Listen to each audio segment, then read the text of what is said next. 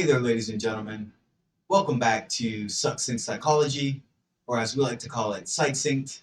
My name is Jaia Hendrickson, and this video is going to be a continuation of my previous video covering Chapter 12 in Principles of Social Psychology, looking at stereotyping, prejudice, and discrimination. Because our ancestors lived in small groups that were frequently in conflict with other groups, it was evolutionary functional for them to view members of other groups as different and potentially dangerous. Differentiating between us and them probably helped us keep safe and free from disease, and as a result, the human brain became very efficient in making these distinctions. The problem is that these naturally occurring tendencies may lead us to prefer people who are like us, and in some cases, to even unfairly reject people from outgroups. In-group favoritism is the tendency to respond more positively to people from in-groups than we do to people from out-groups. In-group favoritism is found in many different types of social groups, in many different settings, on many different dimensions, and in many different cultures. In-group favoritism also occurs on trait ratings, such that in-group members are rated as having more positive characteristics than our out-group members.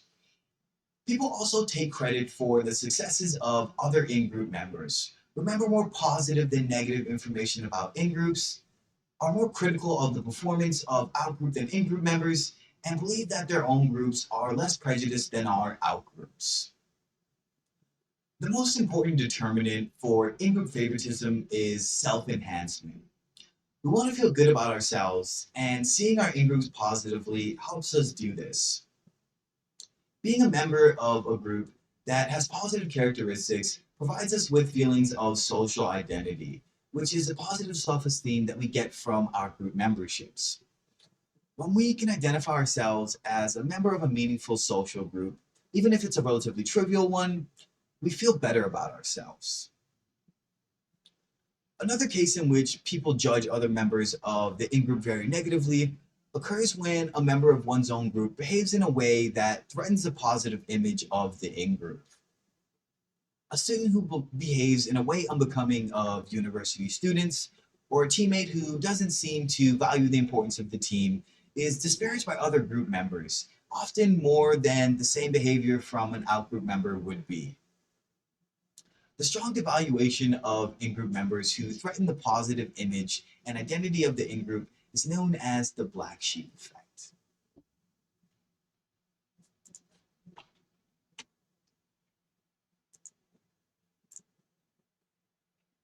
Another personality dimension that relates to the desires to protect and enhance the self and the in-group, and therefore also relates to greater in-group favoritism, and in some cases prejudice towards out-groups, is known as the personality dimension of authoritarianism. Authoritarianism is a personality dimension that characterizes people who prefer things to be simple rather than complex, and who tend to hold traditional and conventional values. Authoritarians are in-group favoring in part because they have a need to self-enhance, and in part because they prefer simplicity and thus find it easy to simply think, we're all good and they're all less than good. Political conservatives tend to show more in-group favoritism than do political liberals, and perhaps because the former are more concerned with protecting the in-group from threats posed by others. Social dominance orientation is a personality variable that refers to the tendency to see and accept the inequality among different groups. People who score high on measures of social dominance orientation believe that there are and should be status differences among social groups, and they don't see this as an issue. High social dominance orientation individuals agree with statements such as, some groups of people are simply inferior to other groups, and getting what you want, it's sometimes necessary to use force against other groups, and it's okay if some groups have more of a chance in life than others. Now, those who are low on social dominance orientation, on the other hand, believe that all groups are relatively equal in status and tend to disagree with these statements. People who score higher on social dominance orientation also show greater in-group favoritism.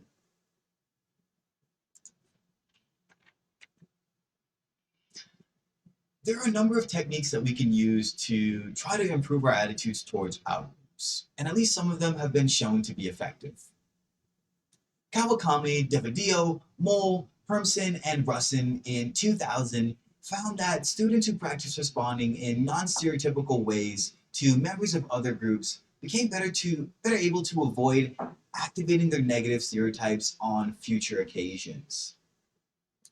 And a number of studies have found that we become less prejudiced when we're exposed to and think about group members who have particularly positive or non-stereotypical characteristics.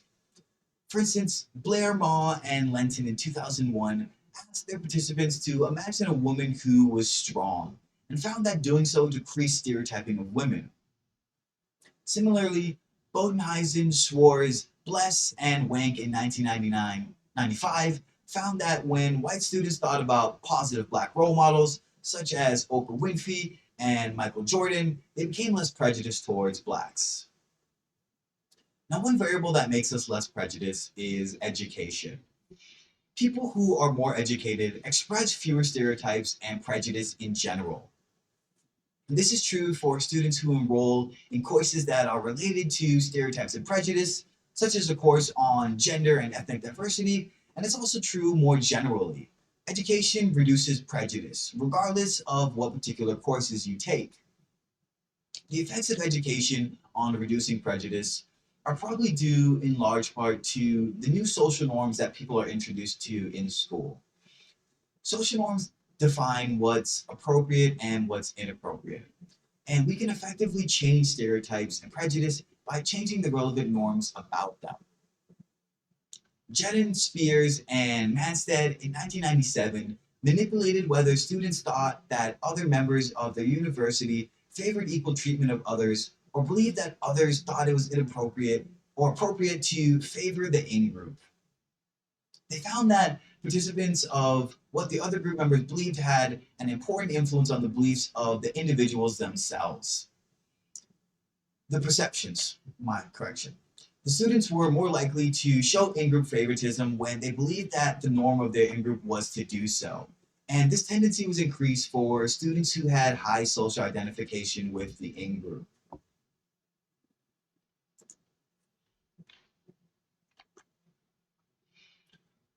One reason that people may hold stereotypes and prejudices is that they view members of outgroups as different from them. We may become more concerned that our interactions with people from different racial groups will be unpleasant, and these anxieties may lead us to avoid interacting with people from those groups. What this suggests is that a good way to reduce prejudice is to help people create closer connections with members of different groups. People will be more favorable towards others when they learn to see other people as more similar to them, as closer to the self, and to be more concerned about them. The idea that intergroup contact will reduce prejudice is known as the contact hypothesis, and it's rather simple. If children from different ethnic groups play together in school, their attitudes towards each other should improve. And if we encourage college students to travel abroad, they'll meet people from other cultures and they'll become more positive towards them. Intergroup contact is also more successful when people involved in the contact are motivated to learn about others.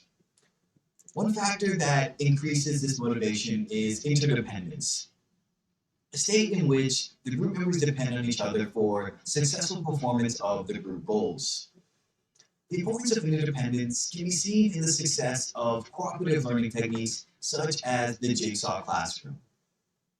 The jigsaw classroom is an approach to learning in which students from different racial or ethnic groups work together and in an interdependent way to master material.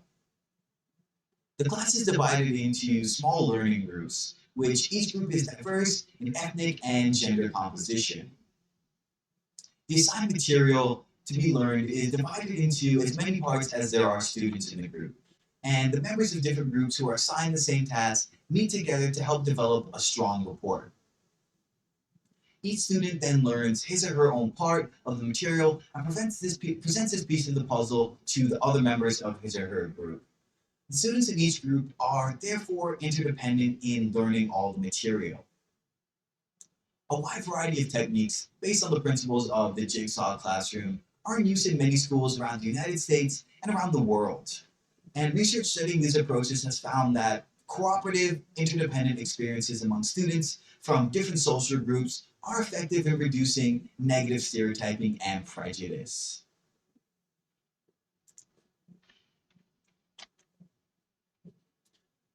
Although the contact hypothesis proposes that direct contact between people from different social groups will produce more positive attitudes between them, recent evidence suggests that prejudice can also be reduced for people who have friends who are friends with members of the outgroup, even if the individual does not have direct contact with the outgroup members himself or herself. This hypothesis is known as the extended contact hypothesis. Supporting this prediction, Wright, Aaron, and McLaughlin and Rope in 1997 found in two correlational studies that college students who reported that their own friends had friends who were from another ethnic group reported more positive attitudes toward the outgroup than did students who didn't have any friends who had outgroup friends, even controlling for the participants' own outgroup friendships. And Wright et al. In 1997 also tested the extended hypothesis experimentally. Participants were four groups of 14 students, and each group spent a whole day in the lab. On arrival, 7 participants were assigned to the green group, and 7 to the blue group, supposedly on the basis of similar interests. To create strong in-group identity and to produce competition between the groups, the group members wore blue and green t-shirts and engaged in a series of competitive tasks. Participants then expressed their initial thoughts and feelings about the outgroup and its members. Then, supposedly, as part of an entirely different study, one participant was randomly selected from each group, and the two were taken to a separate room in which they engaged in a relationship-building task that has been shown to quickly create feelings of friendship between two strangers. Then the two members from each team were then reunited with their original in-group members, and they were encouraged to describe their experience with the other member in the friendship building task. In the final phase, the groups then engaged in another competitive task, and the participants rated their thoughts and feelings about the outgroup and its members again. As you can see here on the slide, then supporting the extended contact hypothesis, results showed that participants, including those who didn't participate in the closest task themselves, were more positive toward the outgroup after than before the two teams had met. This study, as well as many other studies, supports the importance of cross-group friendships in promoting favorable outgroup attitudes. Alright folks, this is going to conclude my final video covering Chapter 12 in Principles of Social Psychology, covering stereotypes, prejudice, and discrimination. I hope you guys found it informative, and I'll see you in the next chapter.